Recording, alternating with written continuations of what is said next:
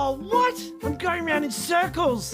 G'day, you cheeky dogs. This is my Bluey Cubby episode compilation video of all of the fun facts, hidden details, every little thing that you didn't know about this episode to celebrate it finally coming out in the UK on CBeebies this April. If you're watching live, jump into the live chat as well to leave a comment and feel free to ask me anything as well and in that comment section down below. With that being said, let's jump into the behind the scenes of Cubby. I'm going to be telling you guys the 10 most interesting facts from this podcast that we learned about Cubby and behind the scenes and stuff to do with the animation, the music, as well as the different movie and TV references that are absolutely confirmed for this episode. So this podcast was done by Joe Brum and the team at Ludo Studios. He did a bit of an interview with Claire Renton, who was the co-writer as well as the animation director for this episode, as well as Richard Jeffrey and Costa Kassab, who were in charge of the animation for it, and Geoff Bush, who was in charge of the music for it. Of course, this is sort of my recap of it as well, so I can kind of share with you guys some of the really cool, interesting facts that we learnt about this show. So, starting off with number 1, and it's going to be about Kim Jim.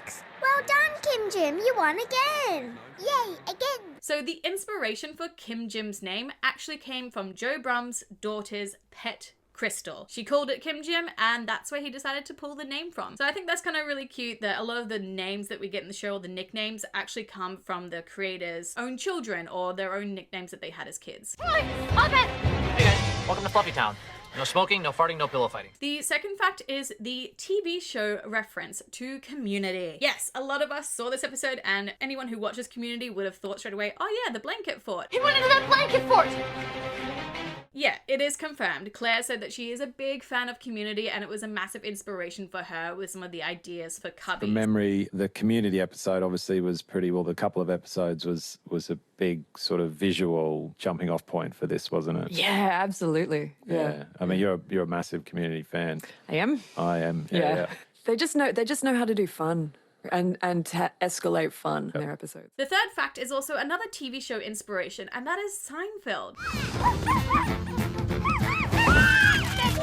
So Claire mentioned that she wanted Bluey, when she was like moving really quickly, to kind of look like Kramer from Seinfeld when he was like moving quickly around corners or into doors. And we can totally see that if we look at these videos of them. So really cool that there's a bit of a Seinfeld reference in this episode. And you'd have these moments where the girls would do like a Kramer-esque skid around a corner and come sort of hurtling through a room. The fourth fact is a movie reference. So Geoff Bush said that a lot of the inspiration for the music actually came from the Back to the Future soundtrack. Weirdly took a lot from Back to the Future score. It sounds completely different. Don't worry, we're not getting sued. But like the harmonic language is there because there's something about the mystery aspect of those scores that's still super fun. And if you listen to the overture from Back to the Future, you can kind of see the inspirational ideas. You can tell that like there's sort of that beautiful music in the background, but the piano is kind of like leading you on a journey. And that also sort of happened with the music in Cubby. We're trying to find Kim Jim. Who's Kim Jim? He's our child, but we've lost him. We're bad parents.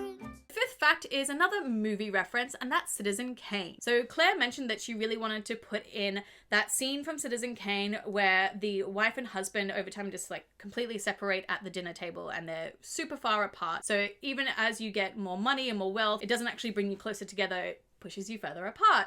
Eating, Mummy.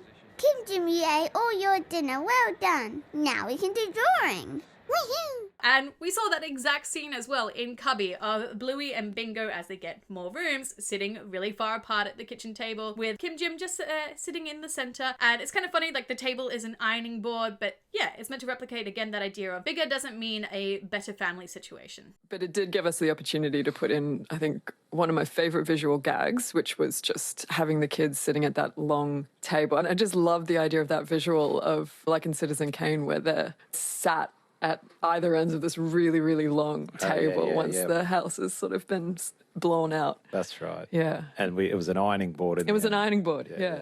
The sixth fact that we found out about was the original plot for this episode. So it turns out that the plot that we actually got was totally different, and I'm going to talk about that next. But the original plot actually had Bandit as the main character. He was meant to be this super flustered type of architect who was trying to build a house or cubby house for his clients, Bluey and Bingo, but apparently they just kept wanting to, add more rooms in, and it was, making him more and more flustered. And the reasoning for them needing more rooms apparently was Bingo just kept having babies like Octomom, as Joe Brumm put it. Bingo was just like, well, there's another baby. I've got another one. Yeah, she was going to be like Octomom, and just Bandit had to keep spreading out and out and out. So let's talk about the 7th fact then, and that's the actual inspiration for the Cubby plotline that we did end up getting for the episode. So this inspiration for the storyline seemed to have come more from Joe Brumm, as he mentioned A Squash and a Squeeze, which is a children's book, and it is sort of based on an old Hebrew story and tale as well, and you can see that in the book too. But it's about the idea that this little old woman, she wants more space. I think if we knock this wall out, this room will feel so much bigger. It's already big enough, babe. It's not. It's too cramped. And she feels like her house is too small, but then it looks like a rabbi in the book, but it just says like wise old man, tells her, put your chicken in the house, put your pig in the house, put the cow in the house, put the goat in the house. And of course, then it becomes like really, really squished and everything's breaking everywhere. And then he's like, oh, take them all out. And, she just takes them all out, and all of a sudden she realizes, there's so much more space. I already had plenty of space. Be happy with the space that you have, sort of thing. You know what? This TV is big enough. So is this room. Look at it. 2 for free. I don't know what I was thinking. That ended up being more of the inspiration for the plotline for Cubby, and yeah, we can totally see that in a couple of the actual dialogue lines that they use with Chili and Bandit, as well as the girls at the end of the episode. According to this as well, it means that Chili was meant to be the main character of this episode, which is interesting because I didn't see it that way. I didn't see Chili as the main character. I saw Bluey and Bingo as the main characters, and Chili and Bandit just kind of in the background, making like little comments to help move the story along in some ways. But yeah, hearing that perspective that Chili's actually the main character, like the little old woman in the book, and she's the one that has to realize once everything's become really chaotic, like the cubby collapsing down, but in the book it was all the animals inside breaking stuff, that yeah, there actually is enough space at the end of the day. So it definitely changed my perspective just a little bit on rewatching the episode Cubby and thinking of it from Chili's perspective only as the main character. Do you kids need more room? No, we're fine. The 8th facts that I want to talk about are the cricket ones. So they did talk about the fact that Adam Hills was the commentator, and apparently he actually wrote all of his lines and all the jokes, which is not surprising considering he's a comedian. Very reminiscent of an innings I once saw, 1984 I think it was. Nearly went for the second run there, but the call was stay. The batsman obeyed. And yeah, the jokes were fantastic. The ones about Barkles, as well as, one of the players, the dogs, wanted to run, but the command was stay, and the batsman obeyed. So just really funny, the lines that he ended up writing. And apparently there was a few more, but those are the 2 ones that they ended up putting in the show. He actually came up with a lot of the little puns that ended up in the cricket commentary. He just kind of, at the end of the record, he was in London, he just rolled a whole bunch of them off, and they were really quite funny, so we sort of slipped them in where we could. But the call was stay.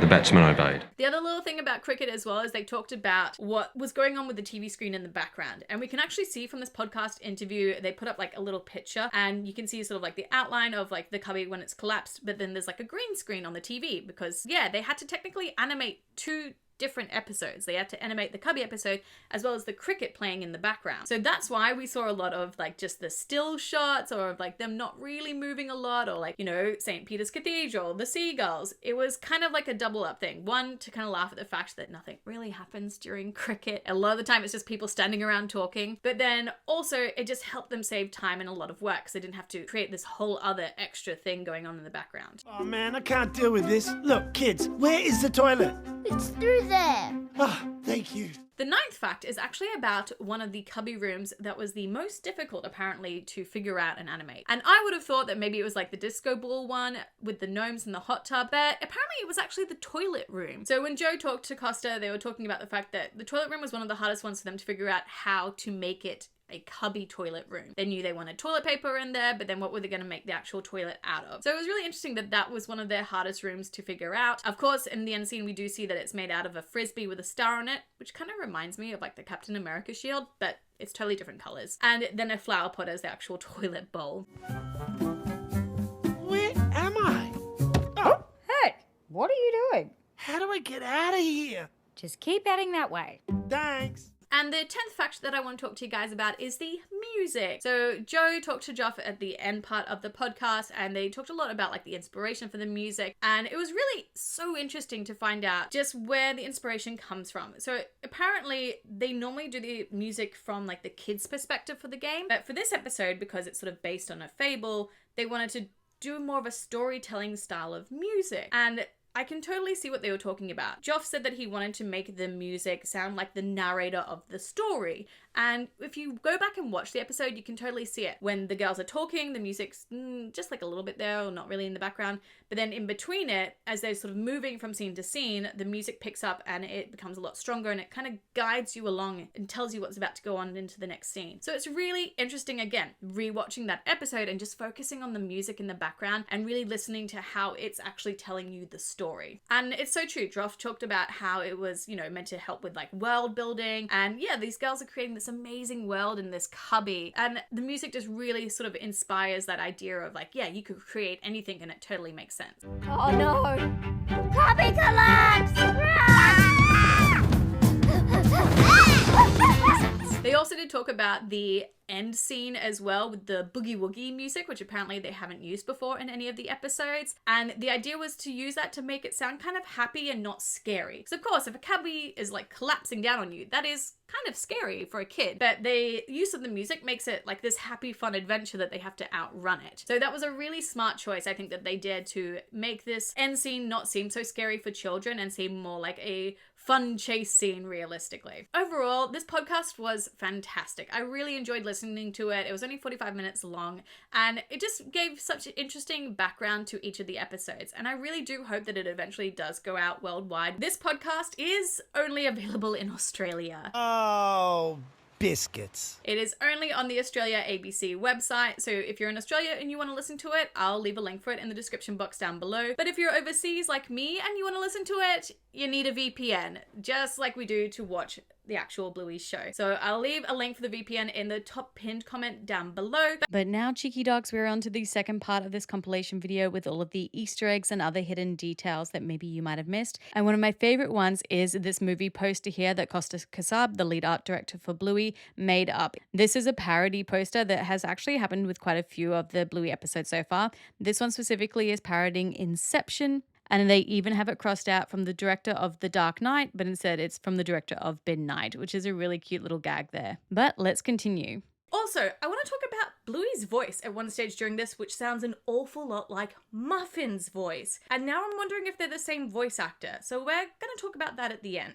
Whoop! Hey, mind the towel cupboard. Sorry. However, of course, I want to start off with our classic Easter eggs, which are the pineapple, the long dogs, the tennis balls, and Chattermax, and we have all 4 in this episode. So the pineapple we see at the very end of the episode in like the crash scene. It's in the background there. It's a little toy pineapple. For our long dogs, we actually have 3 in this episode. So the first one we see is when Bandit is going through the cubby, and the first room he goes past has a little like blue long dog in the background there. And then at the very end of the episode, during that sort of crash scene, we can see, I think it's the exact same long dog who's like sprawled out on the ground. The second one is actually in the kitchen on the bench, and it's pretty blurry, but when you zoom in, you can see that it is, yes, a long dog. Also, we see a gold long dog, which kind of represents the Australian cricket team because their colours are, green and gold. So we see a little yellow or gold one in the background between the 2 cushions as well. Now, we do, of course, have our tennis ball Easter egg, and our new tennis ball for this episode is on like the tennis tetherball game. So we see it on the pole that Bingo brings into the room. And of course, we have our Chattermax Easter egg.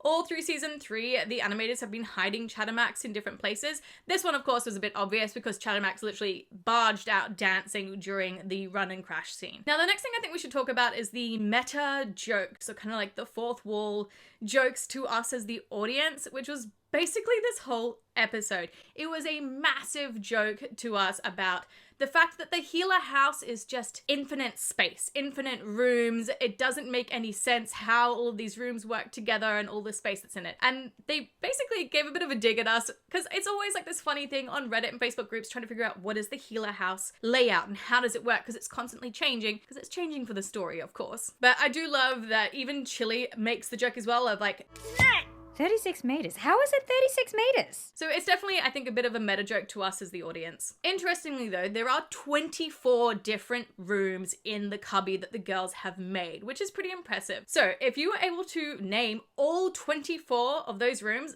try it out in the comment section down below. I'll be really interested to see if anyone can actually get all 24. My favorite reference was probably the netball courts, netball being a very Australian sport as well, so I love that they put that in there too. Something else really interesting was the music actually changed for every room they went into. So while sort of like the main part of the music stayed the same, they would add like little different like bits on top of it. So when they went into the star room, for example, it sounded like more twinkly and things like that. So again, Geoff Bush, amazing, just beautiful music in this. And I think Joe Twist also helped out with the music on this one as well. So well done, guys. Now, of course, the next big kind of joke and like lots of Aussie references is probably the cricket that's on the background. Now, the commentator that we hear in the background is Adam Hills, who is a famous Australian comedian. He also has this fantastic show called The Last Leg. There's clips of it all over YouTube, so definitely go and watch it. And it was quite perfect, I think, them picking Adam Hills being a comedian, because there was a lot of kind of jokes in the commentating as well. The first joke, of course, was Barkles. So one of the dogs who's playing cricket is called Barkles, a great dog pun, of course. The second one, of course, is the line at the end that I saw a lot of people picked up on, and it was where one of the dogs wanted to like go for a run, which is what you call when, you know, like you're running between wickets, or if you say baseball terms, bases almost. They told him not to run, and like, what was it? The order was stay, and he obeyed.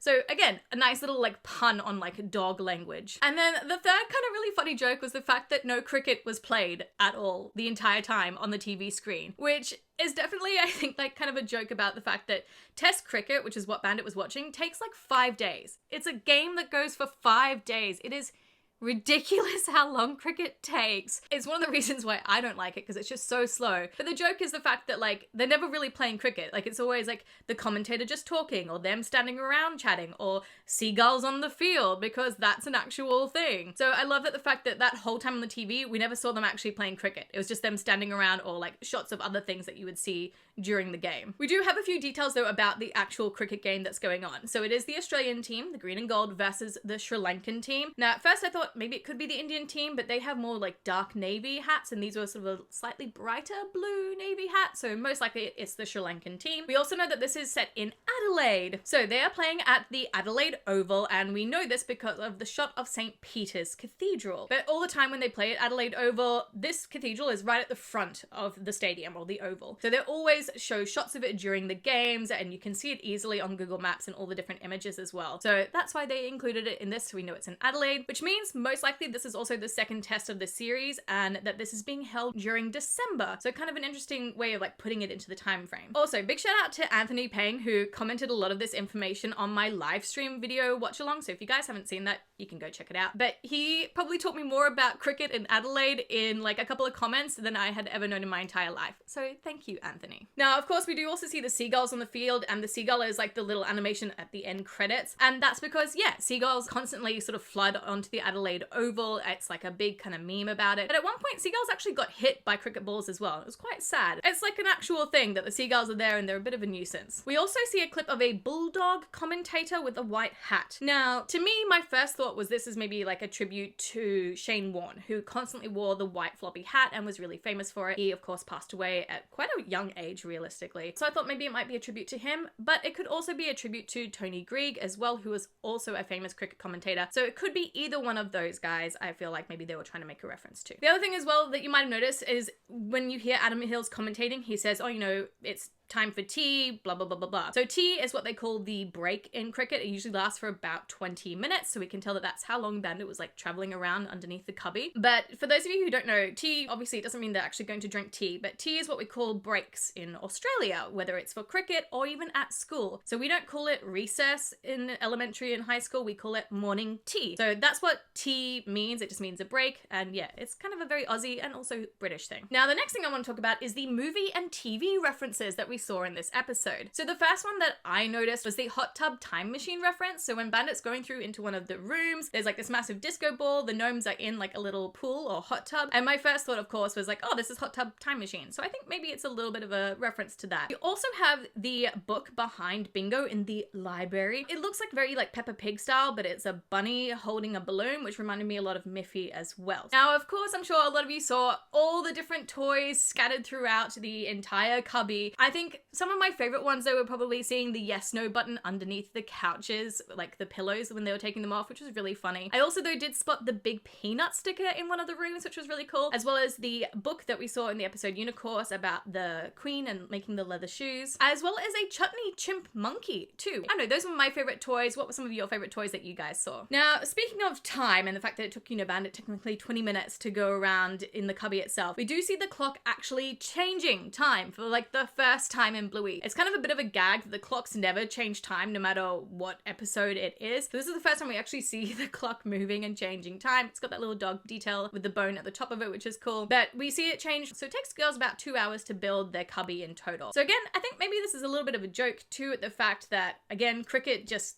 keeps going on, and like a lot of time you don't know what's happening in the background while you're watching it. But also that, yeah, these episodes, whilst they're 7 minutes long, technically the game takes forever. It is actually a really long time. And it's always like this big gripe a lot of the time in like the Facebook groups from parents saying like, oh, these games are so hard to do, or like the time frame is ridiculous. So I feel like this is one of those kind of jokes again of saying like, yeah, this is a game that like takes the whole day basically. Now, let's talk about the voice section that sounds like Muffin in this. So there is one point where Bluey is making the bathroom and her mum bumps into her and she kind of yells at her mum. And this is kind of like the first time we really heard Bluey yell at her mum, but it just sounded so much like Muffin. So I'm gonna play the voice clip here. Hey, mind the towel cupboard. Wash your feet. All right, so what do you guys think? Because to me, it sounded a lot like Muffin, but I don't know, like, do you think it's the same voice actor who does Bluey and Muffin, or do you think it's just the Bluey voice actor was imitating Muffin in this moment? Let me know in that comment section down below. Overall, though, the message of this episode was basically that bigger doesn't mean better, and that you should be happy with the space that you have, because maybe that's all that you actually need. So, I don't know if this is like a bit of a like dig on consumerism, or the fact that people always want bigger, better houses when you don't really need bigger houses either. So, I don't know, I think it was a really interesting message, but I did like the message as well. That, you know, you should be happy with what you have, because sometimes that's all that you do actually need. Overall for me, I give this episode 4.5 long dogs out of 5. There were a lot of Easter eggs, some really cool movie TV references, and I did love the kind of meta jokes at us as the audience about the healer house layout, as well as the time changing and things like that. And all the cricket stuff was hilarious. So again, let me know in that comment section down below, how many long dogs would you give this episode? And while you're there, again, don't forget to hit that subscribe button as well as that bell for notifications so you know whenever I release any other Bluey videos. Otherwise, cheeky dogs, I've picked you out a few other videos that maybe you would like to watch, and I will see you all in another video. Mwah! Bye!